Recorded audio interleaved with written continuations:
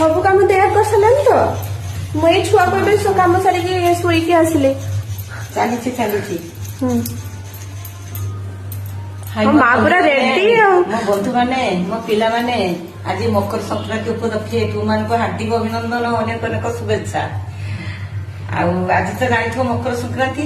ମୁଁ ମକର ସଂକ୍ରାନ୍ତି ସମ୍ବନ୍ଧରେ ଆଉ ତା ପୂଜାବିଧି ବିଷୟରେ ଟିକେ କିଛି କହିବାକୁ ଚାହୁଁଛି ତୁମମାନଙ୍କୁ। ଆଉ ଆଜି ସୂର୍ଯ୍ୟଙ୍କର ଗତିବିଧି ଆଜିଠାରୁ ଉତ୍ତରାୟଣ ହେବେ।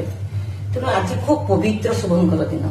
ଆଜି ପିତାମହ ଭୀଷ୍ମ ଦେହତ୍ୟାଗ କରିବେ ବୋଲି ଆଜି ଏଇ ଦିନଟିକୁ ଚାହିଁଥିଲେ। ଆଉ ଆଜି ମକର ସଂକ୍ରାନ୍ତିରେ ନା କାହିଁ ମକର ସଂକ୍ରାନ୍ତି ହେଇଛି କହିଲ? ଆଜି ସୂର୍ଯ୍ୟ ମକର ରାଶିରେ ପ୍ରବେଶ କରିବେ। ତେଣୁ ସେଥିପାଇଁ ଆମେ ତାକୁ ମକର ସଂକ୍ରାନ୍ତି ବୋଲି କହୁଛେ। ଆଉ ଏ ଦିନ ସୂର୍ଯ୍ୟଙ୍କର କେହି ସୂର୍ଯ୍ୟଙ୍କର ଉପାସନା କରନ୍ତି। ଆଉ ଏଇ ଦିନ ଯଦି ଆମେ ସୂର୍ଯ୍ୟଙ୍କୁ ଅର୍ଘ୍ୟ ଦେବୁ ନା, ତାର ସୂର୍ଯ୍ୟଙ୍କୁ ଅର୍ଘ୍ୟ ଦେବାର ପ୍ରଥା ନିଆରା। ଆଉ ଏଥିରେ ବହୁତ ପୂର୍ଣ୍ଣଫଳ ଆମକୁ ମିଳିଥାଏ, ବହୁତ ପୂର୍ଣ୍ଣଫଳ ମିଳିଥାଏ ସୂର୍ଯ୍ୟଙ୍କୁ ଅର୍ଘ୍ୟ ଦେବା। ମୁଁ କେମିତି ସୂର୍ଯ୍ୟଙ୍କୁ ଅର୍ଘ୍ୟ ଦେବି ତମମାନେ ସବୁ ଦେଖିବ।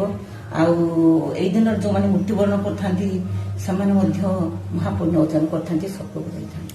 ଆଉ ମୁଁ କିପରି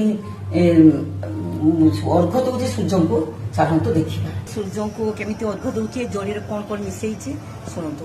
ଏ ଜଳରେ କଣ କରିବେ ନା, କ୍ଷୀର ତା ସାଙ୍ଗରେ ହଳଦୀ ଗଙ୍ଗା ଜଳ ମୁଁ ମିଶେଇଛି। ଆଉ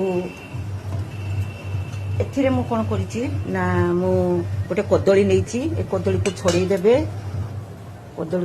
ଦେବେ ଏବଂ ଏଥିରେ ଗୋଟେ ଫୁଲ, ଦୁବ, ବରକୋଳି ପତ୍ର, ଗୋଟା ଗୁଆ, କଷା ଫଳ ଆକୁ ହାତରେ ଧରିଛି। ଆଉ ସୂର୍ଯ୍ୟଙ୍କୁ ମୁଁ ଏଇ ସବୁ ଜିନିଷ ନେଇକି 3 ଥର ଅର୍ଘ୍ୟ ଦେବି।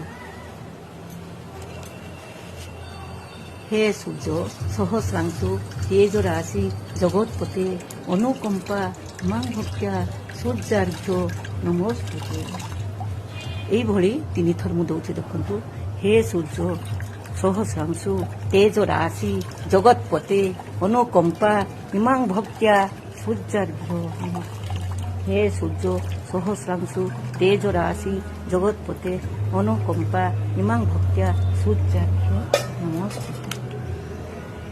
ସୂର୍ଯ୍ୟ ଦେବତା ଏମିତି କହି ସୂର୍ଯ୍ୟଙ୍କୁ ପ୍ରଣାମ କରିବେ ଏବଂ ଏହି ସୂର୍ଯ୍ୟ ଏହି ପାଣିକୁ ନେଇ ଘରେ ଚାରିକରେ ଛିଞ୍ଚିବେ ଏବଂ ମଥାରେ ସମସ୍ତଙ୍କ ମଥାରେ ଦେବେ। କାରଣ କଥାରେ ଅଛି କାର୍ତ୍ତିକ ପୁତ୍ର ଅଧିକାରୀ ସୂର୍ଯ୍ୟ ଆରୋଗ୍ୟ ପାରି କରିବେ।